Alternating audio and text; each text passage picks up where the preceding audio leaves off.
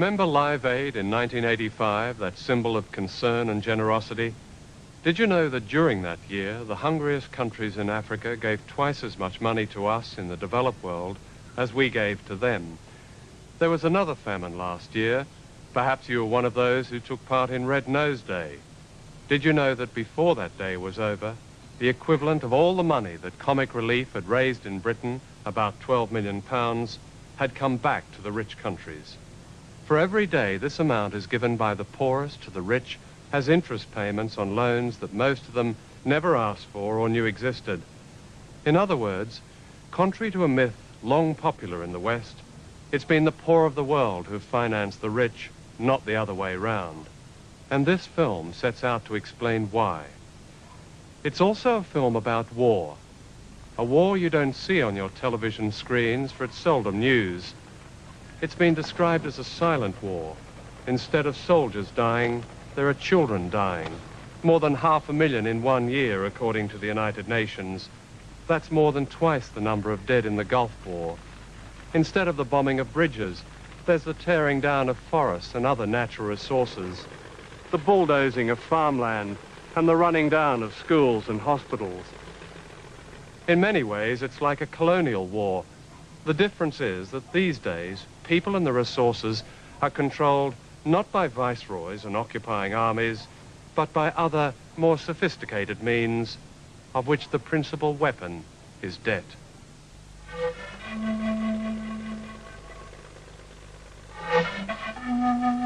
There are no bullets, but it's a war in which people are dying.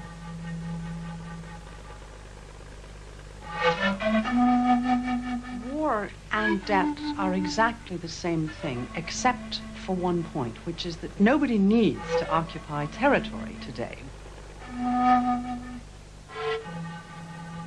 In the 1980s, the World Bank and IMF and the US government and the British government would say to developing countries, you cut government spending, you increase exports, you privatize, or you won't get new loans. Belt tightening is what it's called. What you do is tighten those notches that are easiest to pull. Those notches that affect children, that affect poor people, that affect people who have no power in a political system.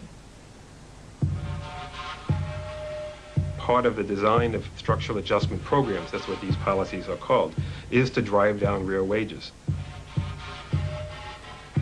The 1980s have been a lost decade for development.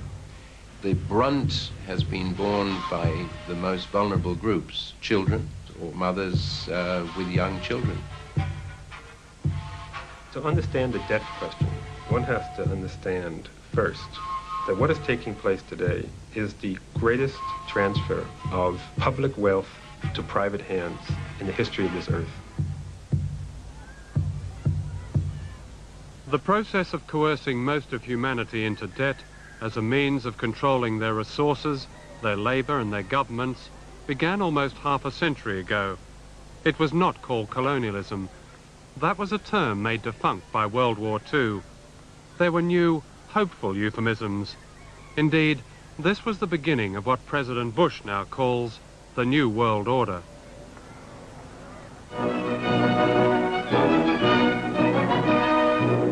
At Bretton Woods, New Hampshire, delegates from 44 allied and associate countries arrived for the opening of the United Nations Monetary and Financial Conference.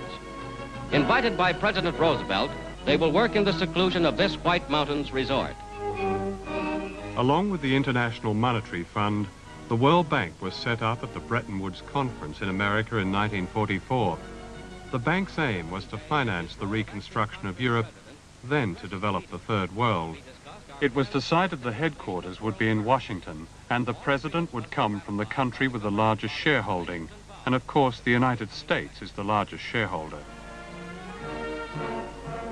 The World Bank operates under great secrecy and limited accountability. Every World Bank official is granted immunity from legal action anywhere in the world. Summing up the importance of Bretton Woods, Mr. Vinson says, ours is a mission of peace, designed to establish the economic foundations of peace on the bedrock of genuine international cooperation. What this idealism really meant was spelt out in the charter they were signing: to promote private foreign investment by means of guarantees or loans made by private investors. The World Bank has always been deceptive about its role in the international economy. It attempts to portray itself as an institution looking out for the interest of not only poor countries, but for poor people within those countries. That has never been the case. The bank is pushing the interest, or promoting the interest, of countries in the first world and for an elite sector in the third world. That was true in the 1970s. It is particularly true in the 1980s. What became known as the debt crisis got underway in the early 1980s. However, it was a minor crisis for the banks compared with the catastrophe facing the peoples of poor countries. The world's oldest human rights organization, the Anti-Slavery Society, has declared debt a contemporary form of slavery. Nowhere is this more vividly demonstrated than here in the Philippines, where 44% of the national budget is given to paying interest charges to foreign banks, compared with just 3% for health services. Moreover, billions of dollars continue to leave this country just to meet the interest on money borrowed by the dictator Ferdinand Marcos in deals that were often secret and fraudulent. There is perhaps no greater example of the burden of debt than one notorious project in the Philippines. It sits on Bataan Peninsula and is potentially as dangerous as Chernobyl. Built less than 60 miles from the city of Manila on 3 earthquake faults near 2 live volcanoes, one of which recently erupted, this is the Bataan Nuclear Power Station.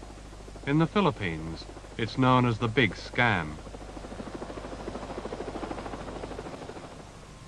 The scam almost certainly began here at the Whack Whack Golf Club in Manila, where Ferdinand Marcos used to play with his cousin and chief crony, Herminio Dicini. In 1974, the American company General Electric applied to build the Bataan Nuclear Power Station, but Dicini urged his pal Marcos to accept the highest bidder, the Westinghouse Company. Moreover, the deal would be underwritten by the American government through the Export-Import Bank and a clutch of private American banks. Everybody would make a buck, except the Filipino people. By 1977, President Carter had stopped the building of nuclear power plants because of their inefficiency and faulty design. But he did nothing to stop the same plants being built in third world countries like the Philippines. Moreover, the State Department, which had to approve Westinghouse's export license, knew the Bataan Power Station was to be built in an earthquake zone, but still it was encouraged to go ahead. To make the story even more dubious, the U.S. government enters in. William Casey, later the director of the CIA, then head of the Export-Import Bank, an agency which helps U.S. businesses overseas by providing loans and loan guarantees. Casey goes to Manila. Casey comes back, recommends that the U.S. government, through this Export-Import Bank, give an initial loan. That opens the gate for all these other banks to come in and give loans, and they start building. Westinghouse at this time does the usual thing. You have delays, you have problems. The price goes up and up and up. First to 1.1 billion, finally to 2.2 billion. Some estimate that the final cost to the Philippines will be $2.6 billion. So you have a $2.6 billion fiasco that will never produce 1 watt of electricity, which now the Filipino people have to repay. When Marcos was overthrown in 1986, President Aquino declared the Bataan Power Station unsafe, and it was closed forever. At the same time, her government began legal action in the United States against Westinghouse. Last year, the American judge found ample evidence of bribery. On the day before the case was due to be heard in March, it was settled out of court. Westinghouse agreed to pay the Philippines $100 million. But remarkably, the Aquino government agreed to give Westinghouse $400 million just to make the power station work, regardless of its position in an earthquake zone. And this $400 million will be borrowed from the same American Export-Import Bank and will have to be repaid by the Filipino people, most of whom live in poverty. The World Bank and IMF that pride themselves in being institutions that are helping deal with the debt crisis were being used by a third world president actually for his own internal economic gain, in that it was allowing him to continue to service commercial bank debts without getting into trouble, continue to get new loans in, from which again he would take whatever, 1% or 1.5%, and continue to enrich himself. When Cory Aquino was swept to power, she described the Philippines as a land of broken promises. Her promise to the Filipino people was that they would be the beneficiaries of their civilized uprising against Marcos. "I will vigorously renegotiate," she said, "the terms of our foreign debt." But in the end, she gave priority to paying off the banks. Poverty now stands at 70% of the population, a rise of more than 10% since she came to power.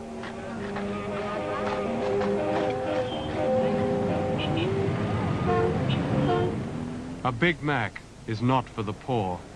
As the debt is paid back at a rate of more than $6 million a day, the rich, like the elites in all debtor nations, increasingly rely on private armies to protect their shopping malls, their homes and their interests.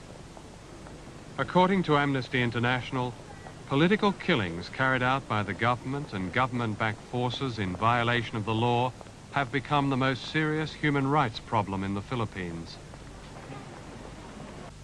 This is a country abundant in food, but food does not pay back the debt or encourage foreign investors, and so agriculture and a whole way of life is being structurally adjusted. This is the Calabazon Super Project, turning food-growing land into factories for export production. Funded largely by Japan, it is the kind of so-called reform demanded by the IMF.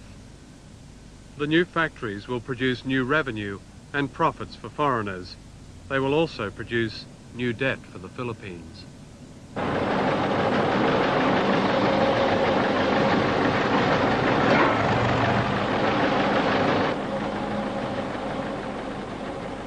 Calabazon typifies the kind of development strategy which only brings ruin to the third world, because such a strategy is premised, for example, on massive development, so-called development, massive exploitation of the environment, change in people's way of life, taking land from the people and the peasants to be able to convert these into so-called industrial zones with the problems of pollution and everything. And usually, this development strategy is fueled by debt, fueled by foreign investment. The Calabazon project will destroy food-growing land on which an estimated 8 million people depend. The farmers have been given little or no notice, and compensation generally has been meager. In the meantime, many of them will end up on the streets of Manila, homeless. Japanese, American, and other foreign-owned factories will rise on the paddies and fields.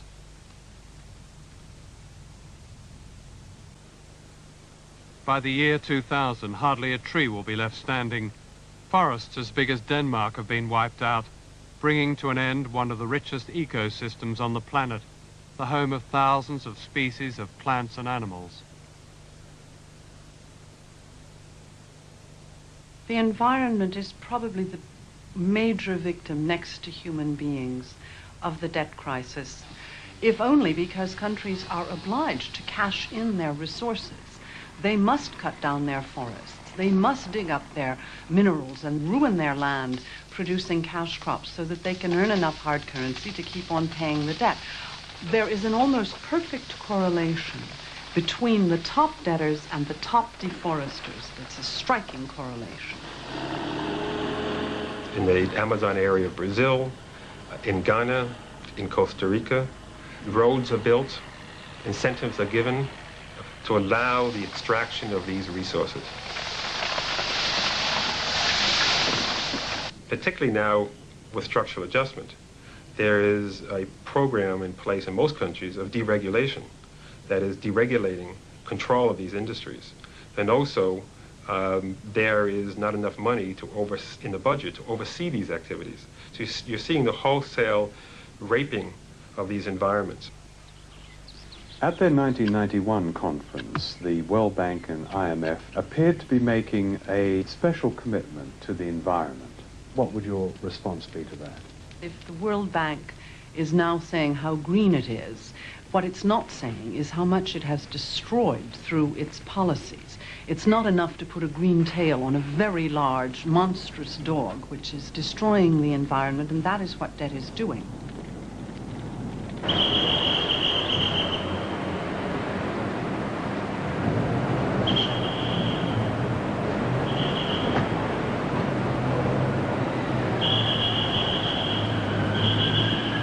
Welcome to the World Bank and International Monetary Fund conference in Bangkok.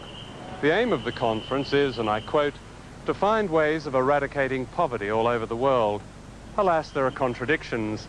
You see, most of the delegates are bankers. Now, this is not to suggest that bankers don't care about poor people.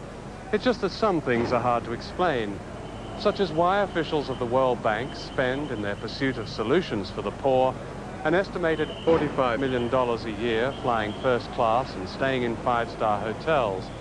And why at this conference, chefs have been flown in, especially from Paris, to a country where children still die from malnutrition, and why they need to be shadowed by more doctors than most people in Southeast Asia see in a lifetime. In fact, the United States was able to tailor the UN Security Council to its war plans by using debt in the international banks. Egypt was told that if it joined the coalition, $14 billion would be wiped off its national debt. And Iran, reported Reuters, was rewarded for its support of the United States with its first loan from the World Bank since the 1979 Islamic Revolution. The day before the ground attack, the bank approved a loan to Iran of $250 million. And China received the first World Bank loan since the Tiananmen Square massacre, just 1 week after the Chinese foreign minister met President Bush at the White House. Outside the bank, Syria was promised a $1 billion arms deal brokered by Washington, and a photo opportunity was arranged with President Bush. An international terrorist was suddenly an old friend. The vote of the non-permanent members of the Security Council was critical. Minutes after Yemen voted against the resolution to go to war, a senior American diplomat was instructed to tell the Yemeni ambassador, "That was the most expensive no vote you ever cast," meaning that $70 million in American aid to one of the poorest countries in the world would be stopped. The use of debt in bribing the coalition was nothing new. Manipulation of the World Bank was documented in the early 1980s in a secret U.S. Treasury report. The United States, says the report, is capable and willing to pursue important policy objectives in the banks by exercising the financial and political leverage at our disposal. In other words, the US is able to impose its will on the World Bank. Britain's influence on the international banks is small compared with the United States, but British high street banks are deeply involved in third world debt. In 1 year, 1990, poor countries transferred more than £6 billion net to British banks. On top of this, the banks were allowed tax relief on making provision for so-called doubtful loans. From 1987 to 1990, this tax relief amounted to £1.6 billion, the equivalent of 10 times what the British public gives in charitable donations to the third world. We invited all the high street banks to be interviewed about this. All of them refused. So we asked the Bankers Association to explain it, and they said it was nothing unusual. As in all business debt, they said, the tax relief would have to be paid back when the principal loan was paid back. In the meantime, the banks can keep the tax relief and still demand interest payments. And this constant demand is true also of the IMF and the World Bank. Given that most countries do have enough resources to provide for their people, why should they have to tolerate a system that forces parents to watch their children die slowly like the children of Eddie and Teresita in the Philippines. Indeed, why should the burden of debt fall to those least responsible for it? At the other end of the scale, why should British high street banks get tax relief of more than £1 billion just in case loans are not paid back? That amount of money would immunize 400 million children against preventable disease. Above all, why should the lives of ordinary people be controlled by a few who are themselves unaccountable and whose decisions and judgments are dictated by a belief that economics is meant not to serve people, but as some kind of holy writ requiring regular offerings, even blood sacrifices, to a God called the bottom line? The debt of all poor countries accounts for less than 5% of the loans of commercial banks.